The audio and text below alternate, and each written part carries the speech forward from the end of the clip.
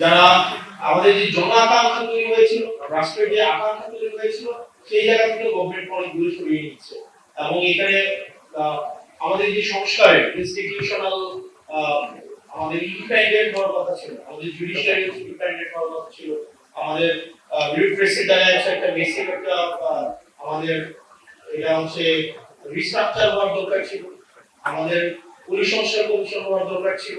এই সব জায়গা থেকে গভর্নমেন্ট অনেক দূরে সরে গিয়েছে, কারণ গভর্নমেন্টের কাছে মনে হচ্ছে সে যদি সবকিছুকে নিয়ন্ত্রণ না করতে পারে, সবগুলো যদি রিসেপ্রিয়েট না করতে পারে, সে সরকার যথাযথভাবে চালাতে পারবে। এখন আমার কাছে ম্যাডাম খুব ভালো বলেছেন কিছুক্ষণ আগে যে শেখ হাসিনা থেকে তো সবচেয়ে বেশি হচ্ছে মানে সেন্ট্রাল একদম সবকিছুকে সেন্ট্রালাইজ করা, হাসিনাকে যেভাবে সবকিছু সেন্ট্রালাইজ হয়েছে, এর থেকে শক্তিশালী তো আর কেউ আগে না, আর কেউ ছিল না, তারপরেও তো শেখ হাসিনা থাকতে পারে না। এখন গভর্নমেন্টের মাথার মধ্যে যদি এটা এখন হয় যে আমাকে সবকিছুই নিয়ন্ত্রণ আমার লাগবে, সবকিছুই আপনার হচ্ছে তারিখে এসে সমাধান করতে হবে। একদিন দেখলাম যে মিনিস্ট্রিতে কোনো এক এমপ্লয়ের ওনার ছেলে হারিয়ে গেছে, এইটা হচ্ছে তারিখে হচ্ছে এই জিনিসটাকে সলভ করতে হচ্ছে। এই জিনিসটা আমাদের জন্য খুব সুখকর নয়। এবং ওই দিন জনাব সালাউদ্দিন সাহেব বললেন, উনি স্বীকার করলেন, এটা গভর্নমেন্টের দৃঢ়তা, উনি স্বীকার করলেন যে আমরা আসলে যে এক রকমের ওনাদের হচ্ছে সংস্কার নির্বাচন হওয়ার জন্য ওনারা তখন যা বলেছে সেটা মেনে নিয়েছে, মানে যা বলেছে সেটা মেনে নিয়েছে, শুধুমাত্র নির্বাচনটা যেন হয়ে যায়। এবং এটা এক ধরনের এক থেকে ভণ্ডামি, মানে উনি একটা সংশোধন করে দাঁড়িয়ে উনি ওনার ভণ্ডামি, ওনার হিপোক্রেসিকে জাতির সামনে প্রকাশ করছেন যে আমরা স্বীকার করে নিচ্ছি যে নির্বাচন যেন কোনোভাবেই পিছানো না হয়, সেজন্য আমরা এক রকমের করেছি মুঘলের হাতে খারাপ দিতে হবে একসাথে, এইভাবে আমরা নির্বাচনটাকে মেনে নিয়েছি। এবং সংস্কার উৎসব আপনারা যা বলেছেন সেটাকে আমরা মেনে নিয়েছি। এখন যেহেতু আমরা নির্বাচিত হয়ে গেছি, এখন আর মানুষকে বিপক্ষে কেয়ার করার আমাদের কোনো সময় নেই। তো সেজন্য আমার কাছে মনে হচ্ছে যে গভর্নমেন্ট যেইভাবে যাচ্ছে এটা খুব সুখবর এবং দীর্ঘমেয়াদী ইতিবাচক প্রভাব রাখবে বলে আমার মনে হয় না। এবং আমাদের প্রত্যেকটা সিটিজেন সাউন্ড পায় টিচার ফিল করছে এবং প্রতিষ্ঠানগুলো দেওয়ার তো অপশন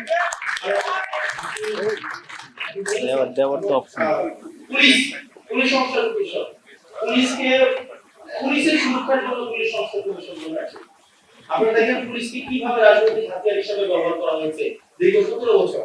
ভাই পুলিশই তো মানুষ, সে মানুষ না, তার জন্য নিজস্ব প্রফেশনের দরকার আছে। কিন্তু আপনি দেখেন আবার পুলিশের পোস্টিং, আবার হচ্ছে পুলিশের প্রমোশন, আবার পুলিশের পদায়ন, সবগুলা হচ্ছে আপনার মন্ত্রীর ইচ্ছার মধ্যে ফেলে দেবে। আবার আপনি দেখেন আপনার বিচার বিভাগের আপনার হচ্ছে সংস্কারটা হয় নাই, এখানে সেক্রেটারি আইনমন্ত্রী সংসদে দাঁড়াইয়া অনেকগুলা সত্য মিথ্যা দিয়েছে এবং অনেকগুলা অসত্য অবতারণা করেছেন কাব্যিকভাবে এবং খুবই মানে এত মানে এইভাবে লাইভ হতে পারে যে আমার কাছে খুব অবাক হয়েছে। উনি বলেছেন পোস্টিং প্রমোশন পদ্ধতি এখানে কোনো এখতিয়ার নাকি আইনমন্ত্রী নাই, খাতা কলম অবশ্যই নাই, কিন্তু প্র্যাকটিসে আইনমন্ত্রী যেটা বলে সেটাই। এখন আপনার বিচারক ফেয়ারলেস কোন একটা বিচার কার্য পরিচালনা করবে বাংলাদেশে নাই, আপনি তার সেক্রেটারিয়েটে আপনি তাকে দখল করে রাখেন। আমাদের বিউরোক্রেসিকে আপনি হচ্ছে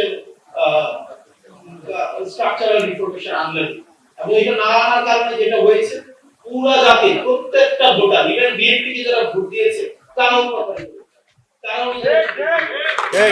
ভালো জায়গা আছে, সাউন্ড ভালো করে দাও, সাউন্ড সব একটু তোমাদের কাছে আলো, ওই নিচে গেলে আরো ভালো পাবে।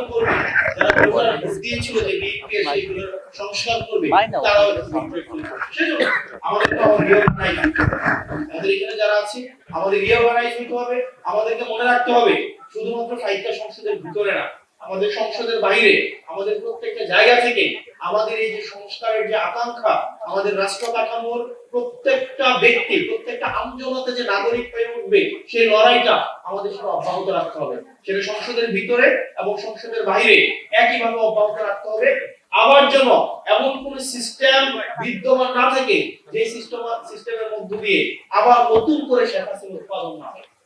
আমাদের আবার মাথায় রাখতে হবে সেটার মধ্য দিয়ে একজন ব্যক্তি ঢুকবে, ঢুকে আবার শেখ হাসিনা হয়ে বের হবে, এরকম কোন যেন রাষ্ট্র ব্যবস্থা বাংলাদেশে বিদ্যমান না থাকে, সেজন্য আমাদের লড়াইটা অব্যাহত রাখতে হবে।